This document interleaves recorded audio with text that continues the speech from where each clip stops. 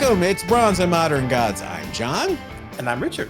Thanks everybody for joining us. Hey, if you like these videos, hit like, subscribe, help us grow the channel. Tell your mom, tell your friends, tell your dad, tell someone else. Mom. Tell your dad's mom. What's going on, Richard? How are you? I'm good. How are you doing today, John?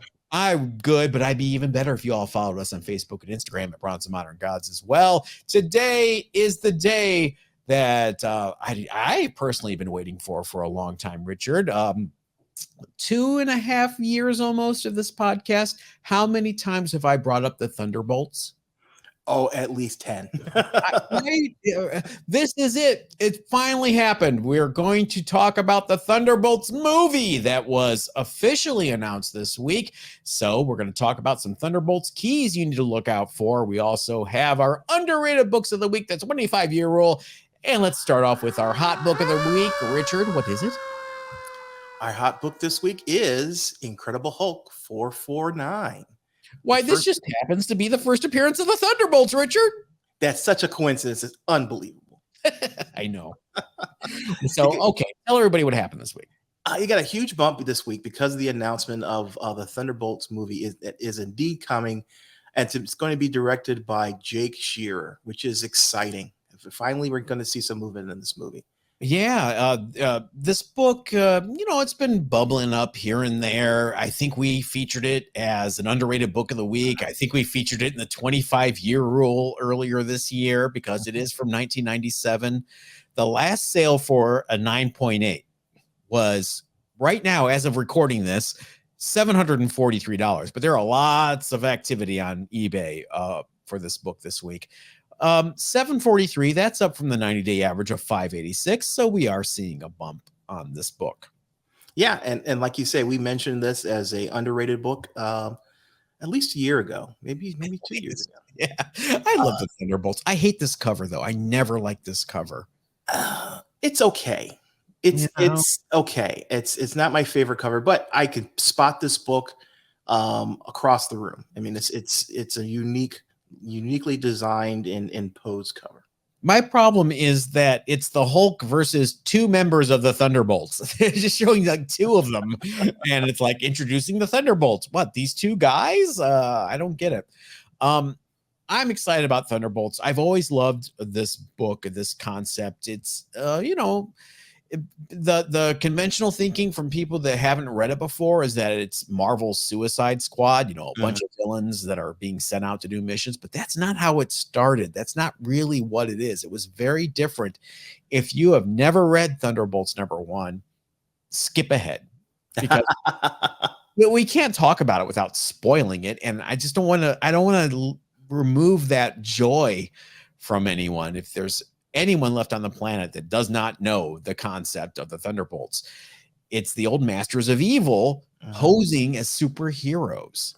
But see, I'm not sure how they're going to do this in the MCU because the concept works in the comics because you were previously introduced to all these characters in their original roles. Right. In the MCU, they're almost all of them are going to be new, and you won't have any backstory on those people. So. No, that's the problem is that when you say that, but I think what they're actually going to do is showcase characters that have already appeared in the MCU, like Baron Zemo, Right. Yelena Belova, Ghost, Taskmaster, the Abomination, U.S. Agent, Winter Soldier.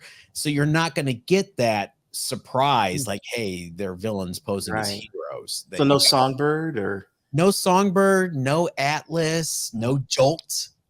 So it's kind of Thunderbolts in concept. Remember the reboot of the Thunderbolts by Warren Ellis, where Ghost was in it, and Venom was even a member, and it was ran by Harry Osborn. Not Harry. No, Norman. Norman, his dad. That's what I think the MCU is going to be more like. Is here are hardcore villains that do get sent out and have to do missions that nobody else wants to do. So do you think Hammer is going to be reintroduced with that? Well, we've seen Justin Hammer in the Iron Man movies, so it might very well be that. are they going to make Norman Osborn lead the Thunderbolts in the MCU? So many people have led. I mean, the Thunderbolts have been rebooted so many times. Yeah. It's interesting to see. It will be interesting to see which iteration of them they're going to have. It could be General Ross, General Thunderbolt Ross leading them. It could be, Julie Louis-Dreyfus from Falcon and Winter Soldier.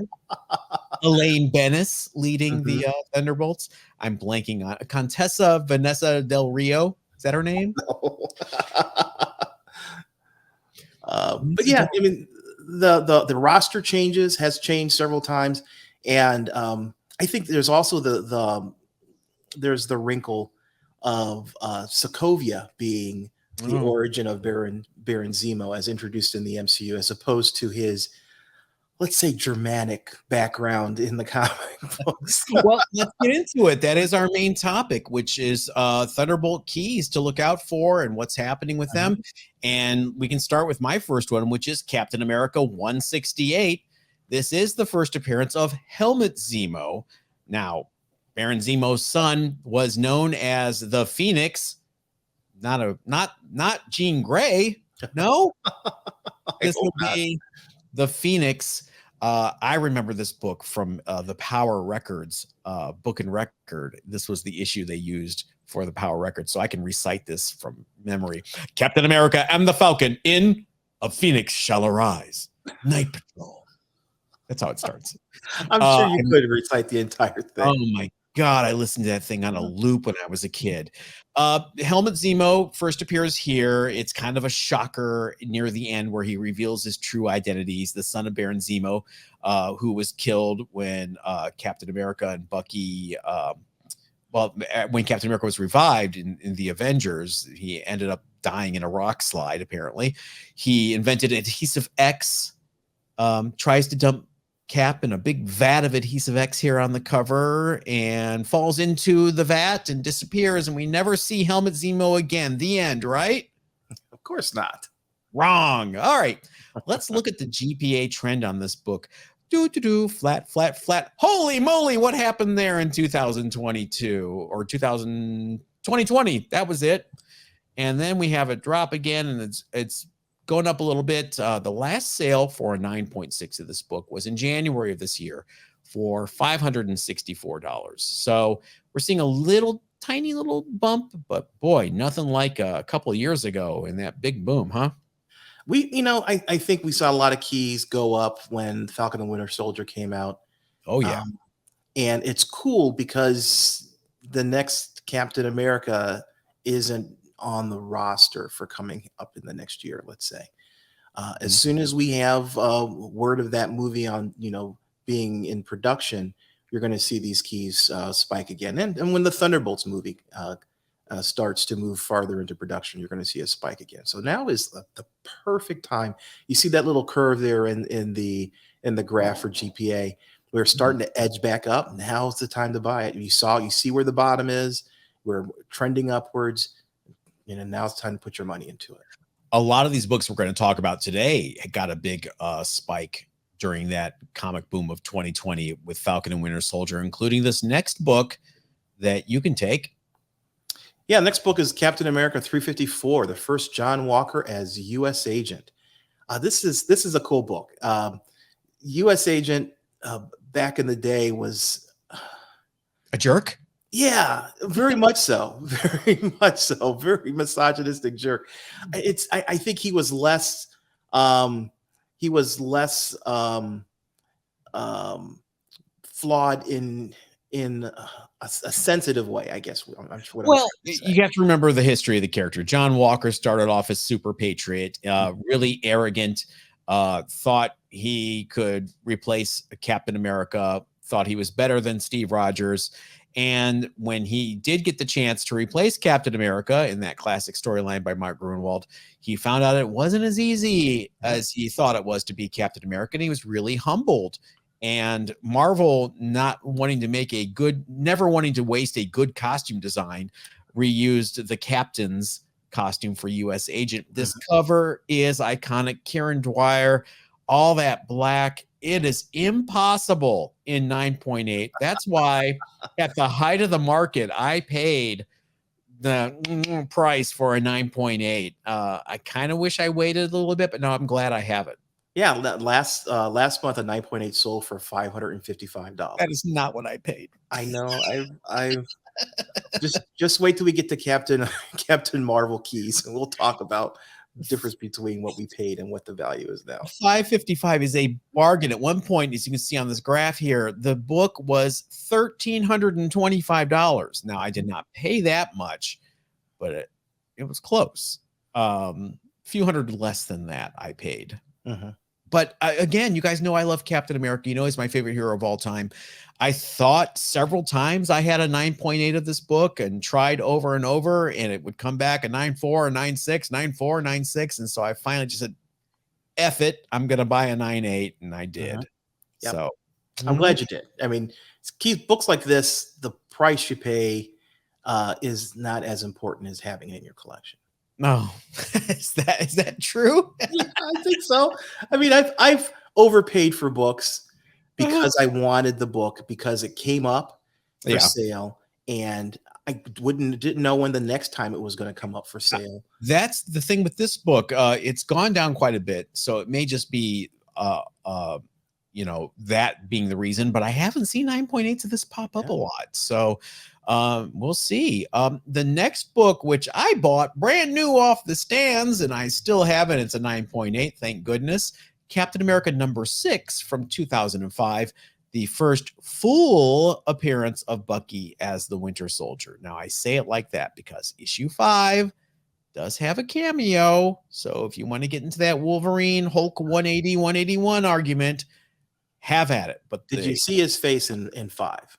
Kinda. He killed Nomad. Oh, okay. He killed Nomad in issue 5, which bummed me out. Jack Monroe, the 50s Bucky. But the fans have decided issue 6 is the money book. Look at that GPA trend. Holy moly. The last sale. Now, there's 2 covers. There's cover A with Steve front and center. There's cover B with Bucky and the Winter Soldier front and center. So which one do fans want more right now in particular? Well, the last sale for 9.8 of cover A was $255. That's down from the average high of $697 a couple of years ago. Wow. So if you want it, now's the time. Cover B, the Bucky cover. The last sale of a 9.8 was $307. So fans are voting with their wallet here. That is still down from the 90-day average of $402. So it's $100 down. I don't know if it's going to stay down, but look at that trend. It's trending down. If you don't have a Cap 6, strike now. Yep. I don't think Bucky is going, or Winter Soldier is going anywhere either. You can call him Bucky. I don't know if he'd want me to call him Bucky. Sure. I think he's going to be around. He's going to be in Cap, the new Cap movie. I'm almost positive. It's going to be in Thunderbolts. It's going to be in Thunderbolts. So yeah, definitely pick up these books. Speaking of Thunderbolts, Thunderbolts #1 is the next book. It is the first title for the team. Now, I like this cover. Yeah. You mentioned you didn't like the one for the 449. This book, this cover is really good. It's Bagley and it features the whole team. Right. It's got everybody on it. Look at that trend. Yeah, last sale was $270, which is up from the 90-day average of $159. So I think this book, I think interest is starting to spike again in this book. And, you know, this market is kind of cyclical. So, you know, we see values go up for certain environmental reasons, and then they go down, but then they'll end up trending back up again. So there is a second print of this book, which you can recognize from its red cover. A 9.8 of this book sold as a second print, sold for $450 in February. So keep an eye out for those second prints. I think that's a steal. I've never seen a second print. Have you? I have never seen a second print of this book. I've never seen a second print. I don't know when the second printing happened, if it happened immediately after the first print came out. The major difference besides the coloring is they added Kurt Busiek and Mark Bagley's credits to the top there of the cover. I've never seen this cover. You guys let me know in the comments if this was a couple years later or if it was right after issue 1. I remember issue 1 doing really well and coming out, and people were like kind of writing this book off. Like, why is Marvel launching this new title, that with these characters no one's ever heard of? And then they got to the last page and Wizard jumped on board, and then it was something, people. I remember that day in 1997 at Reality Recess in Amherst, Ohio. Oh my God, you're pulling it up. Yeah. 97, it was The Keep back then. The Keep. Yeah. It was Reality Recess, I think, when I bought the book. Oh, okay. Yeah. In 1997. Gosh, Richard, that was 25 years ago. Can you believe the Thunderbolts happened in 1997? 25-year-old. Oh, I did my little chair adjustment. Sorry. Yeah, I needed to adjust my chair. Yep. 25-year rule this week. We're in 1997, the year of the Thunderbolts. So the book to feature Thunderbolts number 9. Why number 9? Look at the cover. This is the first meeting of the Thunderbolts and the Black Widow, who probably will play a role in the Thunderbolts. A Black Widow will. A Black Widow, but it might be Natasha Romanoff. This is, of course, the Natasha Romanoff version of the Black Widow in issue number 9. She is in this book because she sees a bit of herself in the Thunderbolts, as she is also a former villain who's trying to go legit, and she tries to give Songbird and a few other members of the Thunderbolts some advice. Some take the advice, some do not. I will not spoil this book for you. Now, this might be something coming down the road if the Black Widow and the Thunderbolts are intertwined. There is one sale of a 9.8 of this book in January 2021 for $40. Yeah, this is a great book to pick up for $40. $40 all day long. I don't have to pay to slab it. Right. Don't have to pay the postage. So Thunderbolts number 9, 25-year rule. Wow, Thunderbolts are 25 years old. Don't remind me. Oh my goodness. Oh my goodness. 25 years of Thunderbolts. Who would have thought this book would have lasted as long as it has in the MCU? Is there an ongoing Thunderbolts title right now? I don't think there is. I don't think so either. That's a bummer. Well, all right. Think, maybe we should do a 40-year-old book and start talking about books from the 80s. No. Thor 337. That's almost 40 years old. Far too young. I was not around then. This 1997 stuff, I'm a 2000s kid, right? Wink, wink, nudge, nudge. All right, time for our underrated books of the week. Richard, let's continue that Thunderbolts roll. Yeah, and along with the theme, my pick is Captain America 275. This is the first appearance of the second Helmut Zemo, or about Baron Zemo. He found his way out of that adhesive. What happened? I don't know. That's some crappy adhesive. You think it'd be stuck inside if it was adhesive X?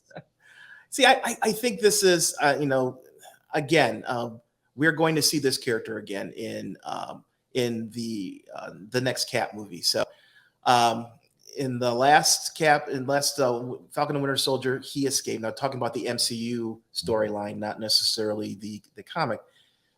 So he escaped. We'll see him again. I think this book is really under the radar. Oh yeah, Raws can still be had for $20 to $30 for this book. High grades are available for a little bit more. I would only buy the high grades. I wouldn't bother with the low grades for this book. There are 57 9.8s on the census. The last sale was $222 for a 9.8. There's also a rare Canadian price variant of this book. And it went for $280 over a year ago. So it'd probably go for more given the trends.